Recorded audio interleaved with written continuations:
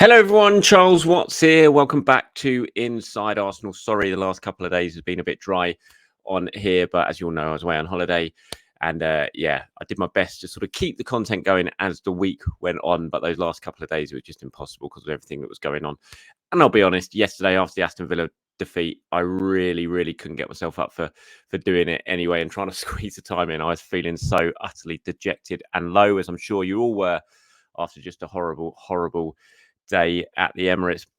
I haven't seen it yet. I wasn't watching the game. It was on during the my sort of last night, our big family meal, and I was following it on social media, on Twitter, as it was all going on. I was in the restaurant. There was Arsenal fans all around me. Everyone was kind of watching it, following it, and so it's hard for me to really talk about the game itself and the performance because I haven't seen it. I didn't see it I didn't sit there and watch from 90 minutes of it. I've watched the highlights since. I've seen the goals, the highlights, the missed chances in the first half, the poor defending in the second half. So I kind of got the gist of it, and following it via social media as the game was going on, it was very apparent that the second half was not going well. And if one team were going to score, it was going to be Aston Villa, and ultimately they did.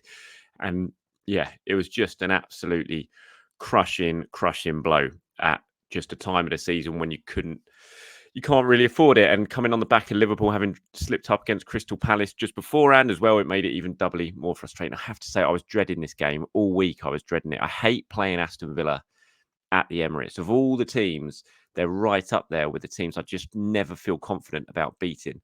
I think it goes way back to the first ever league game, the 1-1 draw in 2006. And Villa have just had a lot of joy at the Emirates, and I always feel bad in the run-up to playing them. I never feel confident, and I didn't feel confident about this. Even when Liverpool lost as well, I bumped into an Arsenal fan right outside the swimming pool at Centre Parks where I was, and I was coming out there, and I was looking at the score. I'd seen Liverpool lost, and I was talking to him, and it's just like, oh, I've got to take advantage. And I just never felt confident, which is strange because Arsenal have been playing so well. Shouldn't really fear anyone, but I just never felt confident, and ultimately they didn't get the job done. It was a tale of two halves by the sounds of it. The first half was good. Arsenal created plenty of chances, should have scored. I still don't know how Leandro Trossard missed that chance. Obviously, it was a very good reaction stop from Emi Martinez, but he should never been given an opportunity to make that stop. And if 3/4 of the goal was wide open, and you just back Trossard 9 times out of 10 to just calmly side foot that ball into the empty net, but instead he side footed it straight to where Martinez was. He still did well to get his foot out and block it, but as I said, should never have been given the opportunity. Saka put a couple of wides. Havertz had a couple of chances. Jesus with the header at the back post. When you're on top in the Premier League and you're playing well, you've got to take advantage. And Arsenal have done so well since the turn of the year is take advantage when they've been playing well and score goals when they've been playing well. This time they didn't do it, and then obviously it changed completely in the second half. So Arsenal ran out of steam. They ran out of ideas. Aston Villa grew in confidence. We know they're a very good team. We know the threat that they possess on the counter-attack with the likes of Moussa Diaby and Ollie Watkins, who started the game, and then you can bring on someone like Leon Bailey, who's going to stretch defenses. And they did just that, and they got the goals. And it's just a horrible moment. It's not over yet. It is absolutely not over yet. There's still 6 games to go in the Premier League, but it feels like a really big result, a big defeat. And for Manchester City, what a weekend it was for them. And I've seen lots of comments. Everyone's been messaging me, even though I've been away, about the team selection, about the fact that Zinchenko was playing, that Jesus was playing, that they've come back into the side. And I agree. I have to admit, I was really surprised at the starting 11. In a way, I don't know why you would tinker with a system that has served you so well and has brought you so many good results. I love Gabriel Jesus, but he's, in my mind, clearly not sharp yet or fit. I know he had a big part to play in the equaliser against Bayern Munich. It was a really clever play, but still, Arsenal have been playing so well with Kai Havertz playing as the number 9. And then to move him back into midfield, where it hasn't really worked for him since he's arrived in the summer, to move Jesus back up front, it just felt, when I saw the team selection, it's like, oh, that's a bit of a surprise. It just felt a bit disruptive. And ultimately, that's how it proved. Or, I suppose you can say that in hindsight. But the first half, Arsenal did play well in that formation and with that system. But they didn't take the chances. And ultimately, that's what cost them. Zinchenko's come in for a lot of grief. Obviously, it sort of feels like he's absolutely been the guy sort of targeted, and it has been that way for much of the season. And again, I was surprised. I was surprised he started. I really thought we'd see Tomiyasu coming back into the team. Now he's kind of been around for a while and been fit for a while. I keep expecting every time a game comes around, it's like this will be the day that Tomiyasu comes back and sort of starts at left back, and it hasn't happened yet. It didn't happen then. I hope it happens against Bayern, and we'll talk about that Bayern game in a minute.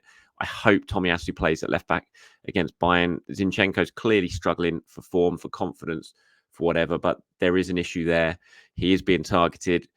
The really good plus points in his game, and there are many. I really like Zinchenko as a footballer, but the plus points in his game at the moment, whereas before I'd always say they kind of outweigh the negative parts of his game, you can't really say that about him at the moment.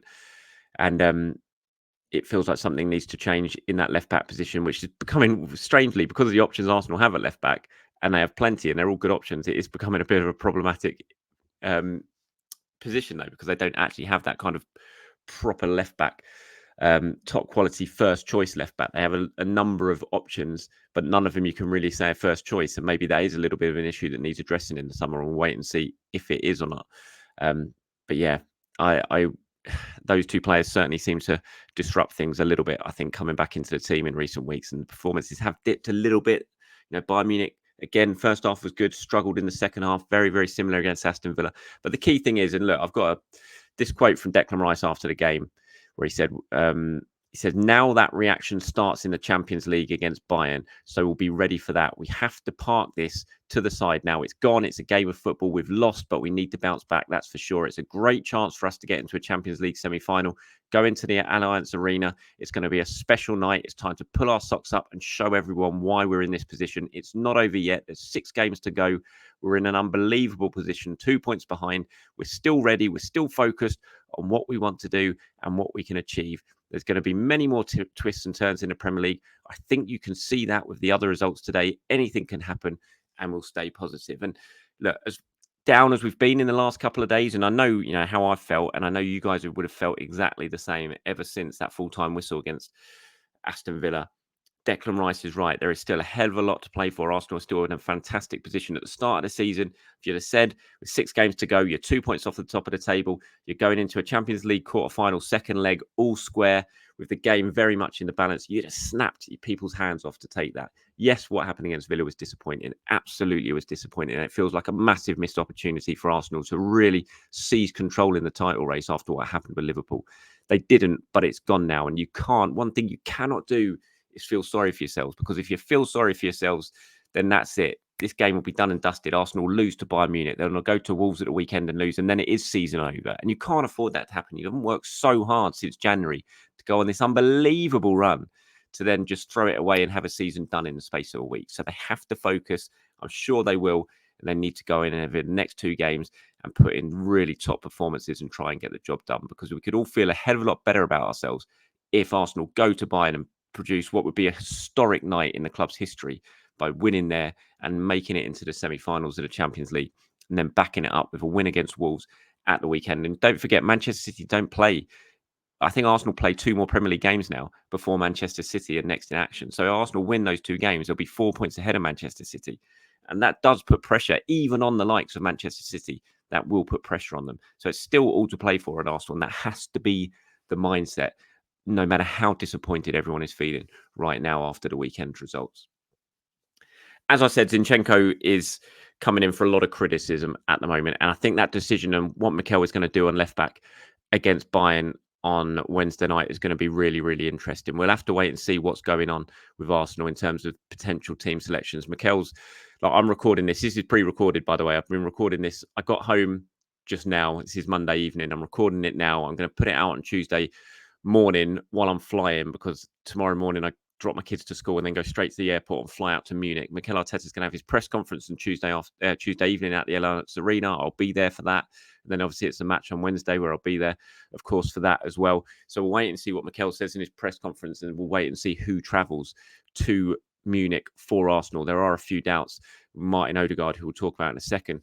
But Zinchenko, it's going to be really interesting to see what Arsenal do. That is the key position, I think, at left back. I'd absolutely go Tomiyasu for this game. He's been fit for a while now. He's a quality player. He's proven that before his injury. I'd be bringing Tomiyasu into this thing. I just feel like Zinchenko needs a bit of a sometimes you need to be taken out of a team for the good of yourself and the good of your teammates. And as I said, for the good things that Zinchenko does, and there are plenty of them, I just feel right now what's happening with him, the positives aren't outweighing the negatives, and that's an issue. So I'll be having Tommy Asu at left back, and I'll be having Ben White playing that inverted role on the right hand side, which he's been doing so well. And there's Saliba and Gabriel, obviously, and then it's what you have to do in midfield. Declan Rice, Jorginho. Should Jorginho come on earlier against Aston Villa when Arsenal clearly had lost the control of the midfield early on in that second half, potentially so. But I think with the Bayern game, you definitely bring Jorginho back in for that game, and then we'll wait and see. Obviously, Martin Odegaard went off against Villa. It was a decision that raised a few eyebrows at the time. We've since learned that he had a bit of a problem and he wasn't able to continue the game. Fingers crossed that is not something that impacts him against Bayern Munich, because, again, I didn't watch the game against Villa completely, but as I said, I was following it, and it was very, very apparent that Martin Odegaard in that first 45 minutes when Arsenal played very well was having a stormer of a game. And if Arsenal are going to do anything at Bayern Munich, if they're going to go there and they're going to win in the Allianz Arena, they need Martin Odegaard to play, because if he doesn't, I think that is an absolute, that will be a catastrophe. That'll be such a difficult player to replace because of what he brings in terms of his creativity, his work rate, his leadership. It'd be a huge blow to be without Martin Odegaard. So we'll wait and see what Mikel Arteta says at that press conference on Tuesday night. I'll try, if I can, and do a video after that press conference. I can't promise anything. It depends what time it all finishes and what time we get kicked out of the stadium and have to head back to our hotels. So I'll wait and see. If not, I'll definitely be doing a episode on Wednesday morning, of course, previewing the game, and we're going over what Mikel Arteta had to say about the very latest team news. In terms of Bayern Munich team news, obviously it looks like there's no Kingsley Coman. Well, there's no Kingsley Coman. He got injured in the weekend in their win against Köln. Went off Leroy Sané, and it was the other winger who I've completely forgotten his name, is a doubt. Let me just, I can't believe I have forgotten his name. Serge Gnabry, of course, the ex-Arsenal player. How could I forget him? Gnabry's got his injury issue. Leroy Sané's apparently a doubt, according to Thomas Tuchel, and there's going to be no Kingsley Coman. He could well be out for the season. So on the wings, maybe Bayern are going to be a little bit stretched on Wednesday. We'll wait and see. I mean, it wouldn't surprise me at all if both Sané and Gnabry are fit for that game. We'll have to.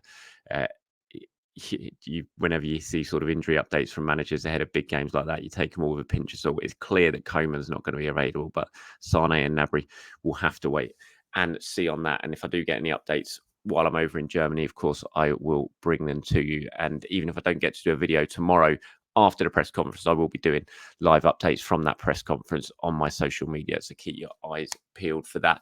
Look, this is a real sort of rushed show, this one. I just wanted to make sure that we had something going out on Tuesday morning, because I'm well aware that I've missed a couple of shows now because of holiday commitments. So this is a rush one. I'm not going to go for any questions and comments from you guys, but if you do, for tomorrow's preview show, in terms of who you want to see play, what 11 you want to see Mikel Arteta go for, please do reply to this in the comments below. I'll pull a load of them together and get them all included in Wednesday night's show. Until then, everyone, have a very good day, and I'll be back joining you from Munich next time I see you. Speak to you soon. Bye-bye.